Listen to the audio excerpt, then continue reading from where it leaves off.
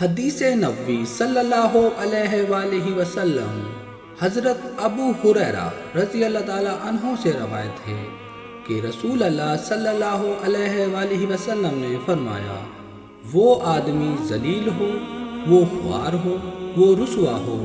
عرض کیا گیا، یا رسول اللہ صلی اللہ علیہ وآلہ وسلم، کون؟ یعنی کس کے بارے میں یہ ارشاد فرمایا گیا ہے؟ آپ صلی اللہ علیہ وآلہ وسلم نے فرمایا، وہ بد نصیب جو ماں باپ کو یا دونوں میں سے کسی ایک ہی کو بڑھاپے کی حالت میں پائے، پھر ان کی خدمت اور دل خوش کر کے جنت حاصل نہ کر لے۔ صحیح مسلم۔